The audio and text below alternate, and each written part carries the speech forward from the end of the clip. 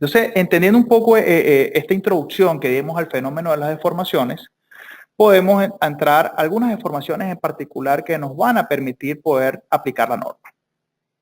Uno de esos conceptos importantes es la deflexión inmediata o inicial o instantánea o la deflexión a corto plazo. Es aquella que ocurre inmediatamente con la aplicación de la carga, es calculada con los métodos y formas usuales de la teoría elástica, considerando cargas de servicio, el acero de refuerzo y la rigidez de los miembros estructurales y los efectos de agrietamiento. Incluso se puede también tomar en cuenta la rigidez que puede aportar el acero de refuerzo al miembro estructural. Por lo general se denota con la letra I de deflexión instantánea y se debe calcular para las cargas permanentes por sí separado, donde las cargas permanentes la vamos a llamar con la letra D de DEP, y bajo la acción simultánea de carga permanente más carga variable. Si en algún momento necesitamos calcular la deflexión por carga variable o por otro carga o caso de carga en específico, lo vamos a hacer entonces como la suma o la deflexión inmediata lo vamos a calcular como la deflexión inmediata de todo el caso de carga de permanente más variable menos la deflexión inmediata de la carga permanente. Nos va entonces a reflejar la deflexión inmediata por carga variable. No la deberíamos calcular directamente con su carga. También tenemos la deflexión a largo plazo, que es aquella deflexión debido a la combinación de los efectos de retracción y flujo plástico asociados a las cargas sostenidas, y usualmente su valor excede las deflexiones instantáneas. Esta flecha está influenciada por la temperatura, la humedad, condiciones de curado, la edad del concreto, al momento de aplicar las cargas, la cantidad de acero compresión y la magnitud de la carga sostenida. Estas deflexiones a largo plazo es debido a la carga permanente y aquella parte de la carga variable que sea mantenida por un periodo suficientemente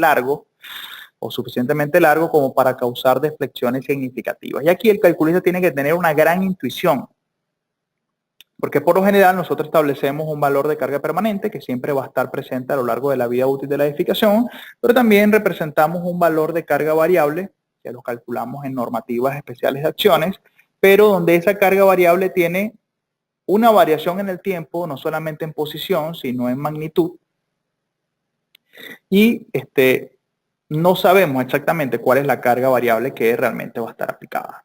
Entonces, por ejemplo, para calcular ese fenómeno de flecha inmediata, bueno, podemos utilizar toda la carga permanente más la carga variable que en algún momento estará presente, pero cuando vamos a calcular esa deflexión a largo plazo debemos tener una buena intuición en cuánto realmente es ese porcentaje de carga variable que va a tener expuesta esa edificación, muy importante hablando de su vida útil para poder cuantificar una flecha razonable, ¿no?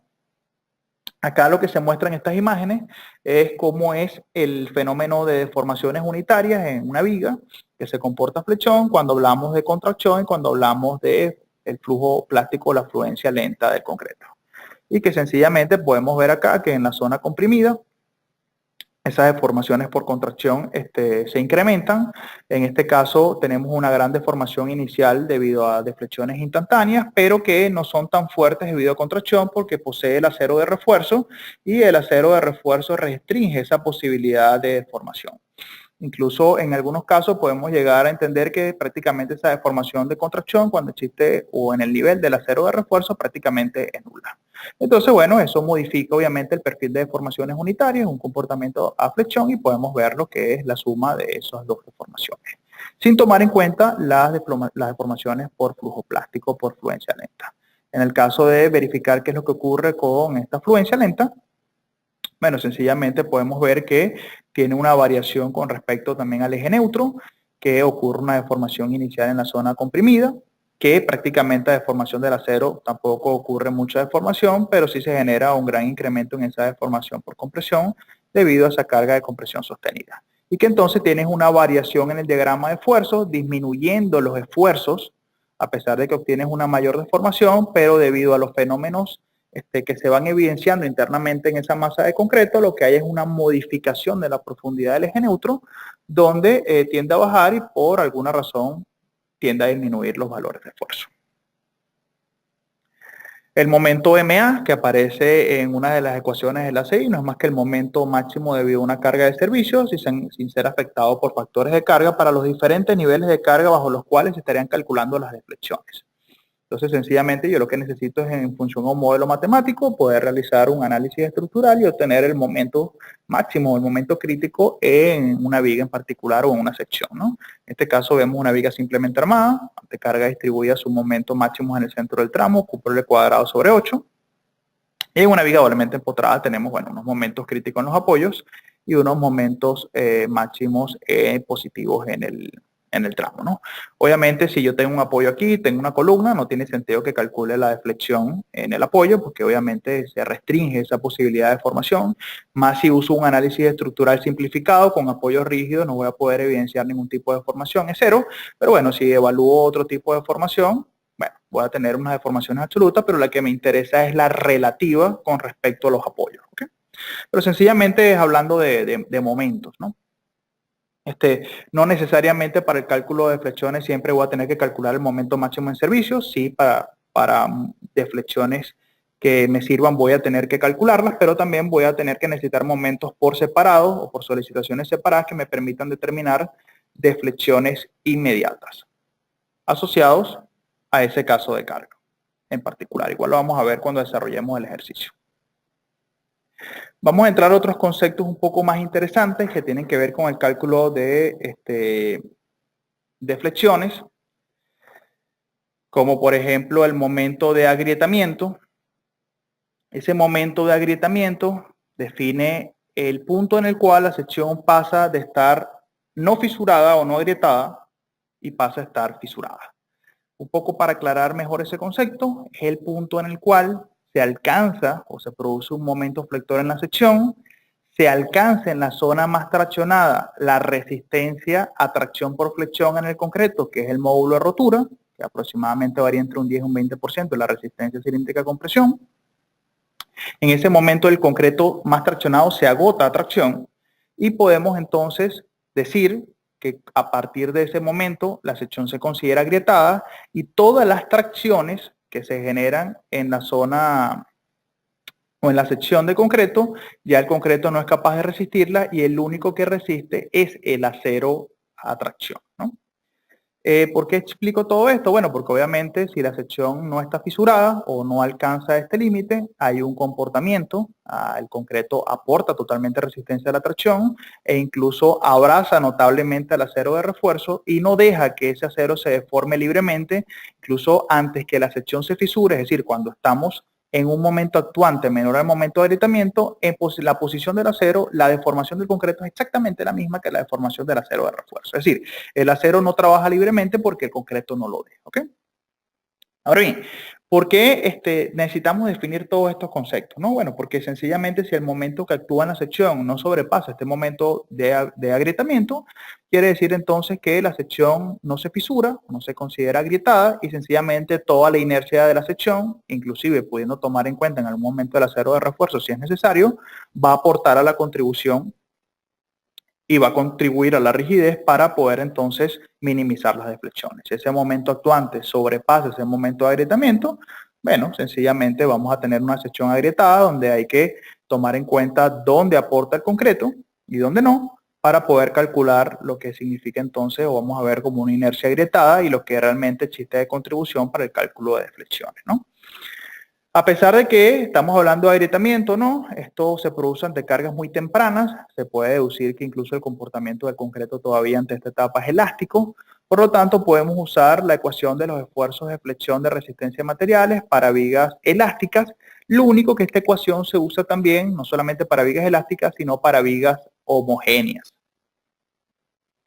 Entonces, ¿qué es lo que ocurre acá? El concreto no es una viga homogénea, es una viga que la conforma un material concreto y un material acero de refuerzo, pero haciendo uso de la sección transformada, es decir, convirtiendo una sección ficticia a través de una relación de modo-elasticidad en una sección única de concreto, podemos entonces ahora esta sección transformada aplicarle esta ecuación y de ahí entonces poder determinar el momento de agrietamiento. Para desempolvar un poco esos conceptos, esta es la fórmula de esfuerzos de flexión en vigas homogéneas elásticas, donde el esfuerzo lo puedo calcular en cualquier fibra de estudio. Si tengo el momento actuante en la sección, que es constante, tengo la distancia que hay del eje neutro a la fibra en estudio. Por ejemplo, si quisiera determinarla acá en el extremo de compresión, bueno, Y sería esta distancia. Y teniendo el momento de inercia de esta sección transformada, puedo calcular el esfuerzo en cualquier fibra de estudio. Incluso si vemos esto es constante, esto también es constante y es la única variable que define una linealidad o una variación en línea recta y que sencillamente entonces esta ecuación define un comportamiento totalmente lineal y por eso se dice que el comportamiento es elástico. Así que sencillamente de esta ecuación yo puedo despejar cuánto es el momento, decir que el esfuerzo que estoy desarrollando, quiero determinar un momento que se aplique en la sección que alcance el concreto en la zona más traccionada su resistencia a la tracción por flexión, que es el módulo de rotura, que se puede calcular como 2 veces la raíz de F'C. Entonces, bueno, sencillamente el momento de agrietamiento lo podré calcular tomando ese esfuerzo, ese momento de inercia de la sección transformada, pero la distancia para calcular ese momento de agrietamiento tiene que ser la distancia del eje neutro a la zona más traccionada. Entonces, bueno, queda Y sub t definido entonces como esa distancia del eje neutro a la fibra donde se alcanza en primera instancia esa resistencia a la tracción por flexión. Ok, muy bien, ya definimos cómo calcular o utilizar esa ecuación, pero por ejemplo, si quisiera determinar cuánto es la posición del eje neutro, obviamente necesito determinar el centro de gravedad de esta sección transformada. Muy fácil aplicando cualquier criterio de mecánica de sólidos o de teoría de la elasticidad. Puedo entonces sencillamente definir un sistema de coordenadas, en este caso puedo asumirlo aquí arriba en la zona más comprimida, y puedo hacer o aplicar una sumatoria de momento estático. Y sencillamente puedo decir que el área total de la sección transformada multiplicada por este brazo al sistema de origen, es decir, como una especie de momento de todo el área total por este brazo de palanca, tiene que estar en total equilibrio con cada una de las áreas que yo defina por separado de esta sección transformada, multiplicando cada una de esas áreas por su brazo de su centro de gravedad al sistema de origen. Entonces, bueno, un pequeño ejemplo también para desempolvar esos conceptos. Yo puedo tomar acá como referencia este eje superior, o la zona más comprimida, y puedo sencillamente decir que tengo un área de concreto, el rectángulo, donde esa área es B por H, y que su centro de gravedad está ubicado en todo el centro, H medios, y su brazo a ese sistema de origen es H medios. Y aquí tengo entonces la figura 1, o el área 1 multiplicada por la distancia o su brazo que hay del centro de gravedad al sistema de origen. La otra área que tengo es el área ficticia de concreto, que representa el acero de refuerzo, en este caso es N-1 el área de acero, este N-1 representa que el acero ocupa un espacio dentro de ese concreto, y que no tengo un área gruesa realmente de concreto, sino que sería esa área gruesa menos esos espacios que ocupa el acero de refuerzo y están complementados acá en esta parte de la ecuación. Entonces, esa área ficticia es N-1 área de acero, multiplicada entonces su centro de gravedad está ubicado en el recubrimiento y la distancia o su brazo al sistema de origen es D. Y eso tiene que estar en equilibrio multiplicado entonces el área total por el centro de gravedad. Cuando hago ese despeje me queda esta ecuación y así puedo determinar obviamente dónde queda ubicado el centro de gravedad. Al tener ubicado el centro de gravedad, sé por dónde pasa el eje neutro y puedo entonces definir cuánto es Y sub t. Para no olvidarlo, N es la relación de módulos que me permite poder transformar esta viga en real en una sección ficticia que pueda ser homogénea y aplicarle esa ecuación de resistencia de materiales. Debo calcular el momento de inercia con respecto al eje neutro. Bueno, sencillamente puedo aplicar Steiner para hacer la traslación de inercia. Por lo menos tengo la inercia bruta, B por H cubo entre 12. Y aplicando Steiner, tengo entonces la sumatoria del área más la distancia de donde se ubica esa inercia a donde quiero trasladar de la inercia. La inercia del acero de refuerzo o esa sección ficticia es muy pequeña en comparación a todo. Se puede despreciar y puedo tomar en cuenta solamente la traslación. Y bueno, teniendo el momento de inercia, teniendo el centro de gravedad, puedo conseguir incluso la distancia del eje neutro a la fibra de concreto más traccionada para poder entonces aplicar la ecuación de momento de agrietamiento. Ahora bien, muy importante, esta es la forma formal de calcular el momento de agrietamiento, pero el ACI ofrece una gran ventaja que no podemos desaprovecharla y perderla de vista, pero sí es importante que entendamos qué es lo que hace. El ACI permite despreciar el acero de refuerzo para calcular el momento de agrietamiento. Incluso todo eso que acabamos de ver se reduce a la misma ecuación, es decir, al momento de agrietamiento por el módulo que es igual al módulo de rotura. Ahora no trabaja con la inercia con respecto al eje neutro, o bueno, trabaja con la inercia con respecto al eje neutro, pero ese eje neutro se determina sin tomar en cuenta el acero de refuerzo, es decir, lo desprecia, así tengamos acero a tracción o acero a compresión. Y podemos definir una sección únicamente bruta, donde esa inercia gruesa será, si es un rectángulo, B por H cubo entre 12, sin tomar en cuenta ese cero de refuerzo, y ese eje neutro se va a ubicar exactamente en la mitad de la sección, y ya vamos a tener conocido no solamente el centro de gravedad, sino la distancia de ese eje neutro que está en la mitad a la fibra más traccionada. Incluso, en resumen, esa distancia es H medios, o la altura entre 2. Entonces, de esta forma es mucho más fácil operar, no hay que estar calculando ni centro de gravedad, ni estar aplicando momento estático, ni estar aplicando inercias o traslación de inercias, y sencillamente podemos obtener ese momento de agrietamiento. Eso está en el ACI y el ACI define esa formulación. ¿Okay? Si la sección es doblemente reforzada, no importa, no hay ningún tipo de problema. Seguimos despreciando el acero de refuerzo, tracción y compresión y seguimos aplicando el mismo concepto de inercia gruesa o inercia bruta únicamente a la sección de concreto. El problema se presenta cuando la sección sí se considera agrietada o que ocurre que ese momento actuante sobrepasa ese momento de agrietamiento que vimos. Está sencillamente un momento operando que hizo en algún momento alcanzar en la zona más traccionada esa resistencia a la tracción por flexión del concreto.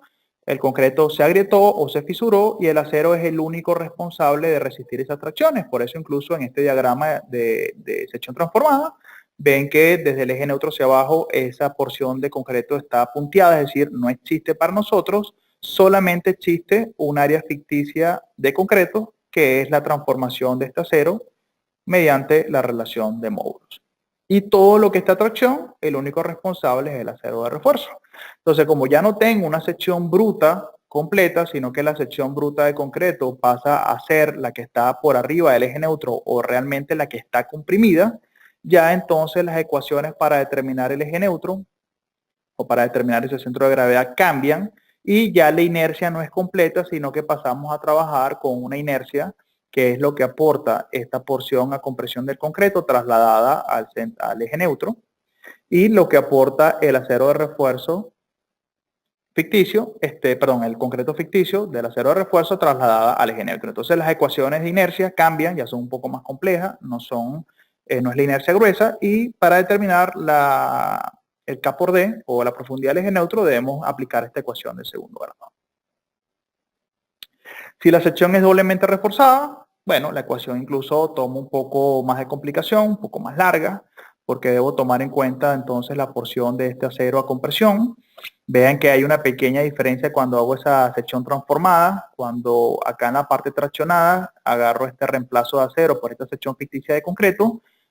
Aquí no hay concreto, es decir, el acero viene ocupado solito, o esa área de concreto representa totalmente al acero, así que utilizamos n veces el área de acero.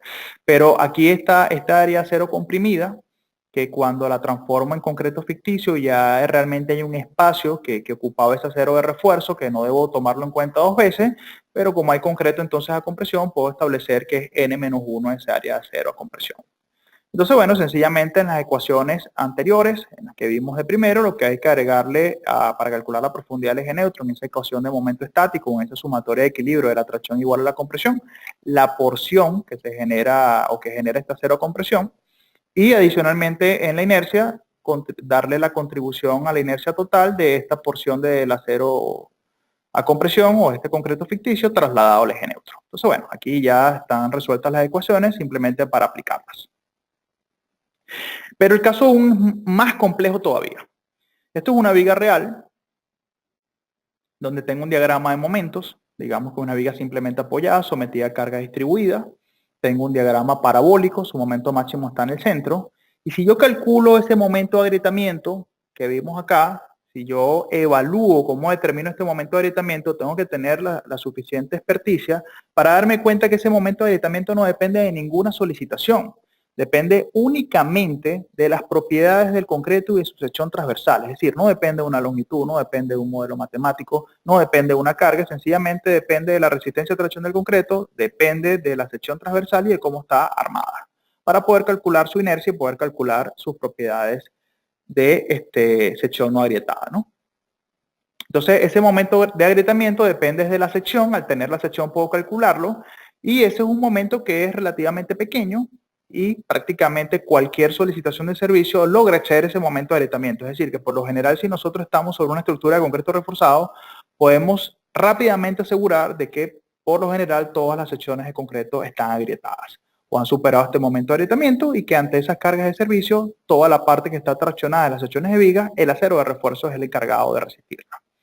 Pero en un diagrama de momento yo puedo, como ese momento tiene un valor en específico, yo puedo encontrar dónde ocurre ese momento de agrietamiento y puedo más o menos decir que todos los momentos que son mayores a ese momento de agrietamiento es donde la viga se considera agrietada. Entonces, esto es lo que trata de reflejar este dibujo, aunque quiero dar una explicación un poco más profunda. Si yo veo acá y trazo una línea aquí, yo puedo decir que desde este punto hasta este punto, todos estos momentos sobrepasan al momento de agrietamiento, por ende, en todos estos tramos, las vigas se consideran agrietadas, ¿no? Para fines de cálculo de resistencia o de resolución de secciones, nosotros lo que realmente hacemos es que decimos desde este punto hasta este punto, sencillamente no hay concreto, donde esté el acero de refuerzo, bueno, obviamente si que hay acero, el acero va a ser el encargado de aguantar esas tracciones, no hay masa de concreto y solamente hay en la parte que es comprimida, digamos que este es el eje neutro, ¿no? Obviamente eso no es del todo cierto cuando nosotros estudiamos los temas de adherencia y estudiamos un poco más cómo se producen las grietas en el concreto, nos damos cuenta que estas grietas van produciéndose a una longitud en específico o una separación, es decir, que si yo trataría una sección por acá, efectivamente en la grieta me voy a encontrar ese comportamiento, pero si trazo una sección entre grieta y grieta, me voy a encontrar que todavía de repente hay puntos donde no están agrietados, donde todavía el concreto aporta algún tipo de resistencia a la tracción y efectivamente estamos como en una mezcla de que en algunos puntos tenemos una inercia gruesa, en algunos puntos tenemos una inercia agrietada, pero en otros puntos, sobre todo entre grieta y grieta, tenemos una especie de inercia un poco rara. De todo esto es donde entonces la norma parte y de trabajar con una inercia, no trabaja con una inercia agrietada, trabaja con una inercia gruesa siempre y cuando no se supere el momento de agrietamiento, y ahí es donde parte el concepto de inercia efectiva, ¿okay? Que lo vamos a ver un poco más adelante. Entonces el código ACI 318-2014 considera el cálculo de dos tipos de deflexiones, una deflexión inmediata, inicial, instantánea o a corto plazo, ocasionada por las acciones permanentes y acciones variables en servicio, y una deflexión a largo plazo, ocasionada solamente por la carga permanente, más aquella parte de la acción variable que se aplica de forma sostenida.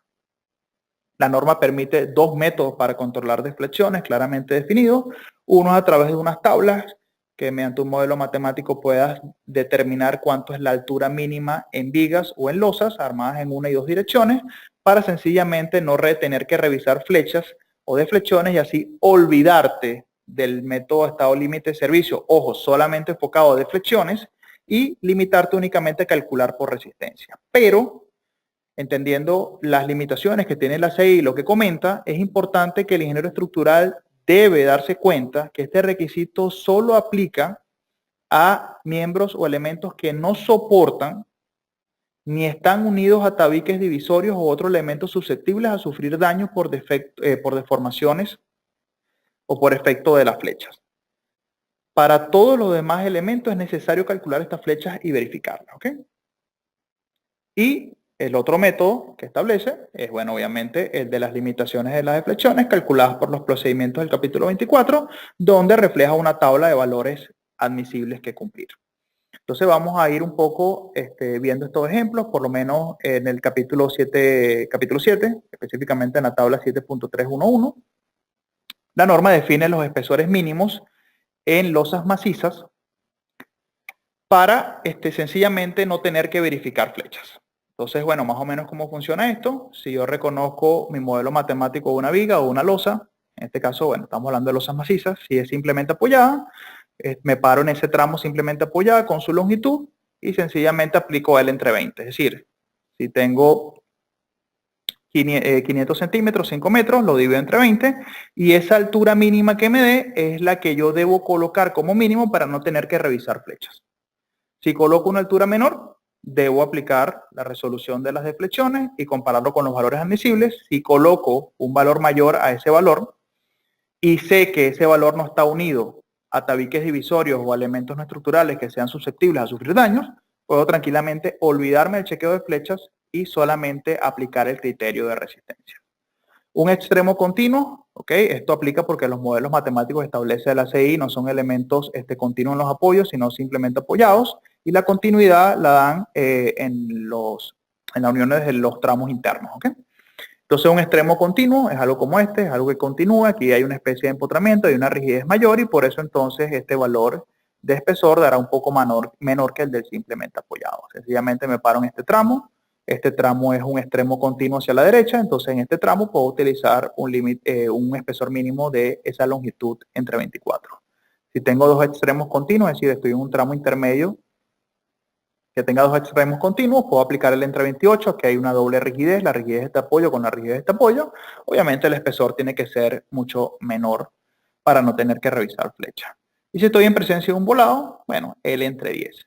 Esto sirve mucho o se utiliza mucho al inicio para poder incluso predimensionar el espesor de la losa, para poder entrar a una norma de acciones y poder determinar las cargas de las losas y por ende entonces poder hacer un análisis de carga que permite iniciar con algún tipo de análisis estructural. Así que estas tablas son de alto uso. En su artículo 73111, estas tablas solamente se reflejan para concretos de peso normal y FY 4200, es decir, estos valores solamente los podemos utilizar para estas dos condiciones. Si no tenemos un agregado de peso normal, sino un agregado o un concreto ligero, está en el artículo 73112, las fórmulas para determinar estos valores con ese peso liviano, y acá yo les reflejo el de FY. Para FY distintos a 4200 kilos centímetros cuadrados, los valores de la tabla deben multiplicarse por este factor. Lo tengo en el capítulo 9 para vigas y losas nervadas. No queda muy claro que sean para losas nervadas, pero en el alcance de ese capítulo dice que todo aplica para nervaduras en un sentido. Entonces, podemos utilizar el mismo concepto de simplemente apoyado, un extremo continuo, dos extremos continuo y volado. Lo único que los valores cambian para vigas y losas nervadas. Estos valores a mí me gustan mucho usarlos desde el punto de vista personal para proyectos donde haga losas nervadas. Las vigas las predimensiono o las trato de verificar siempre por deflexiones, por resistencia, y tengo algún criterio de establecer realmente cuánto es esa altura mínima. Por lo general me gusta utilizar el 10% de la luz o sencillamente el 10% de la luz menos 10, un rango de magnitud que siempre tengo presente cuando diseño las vigas de un edificio.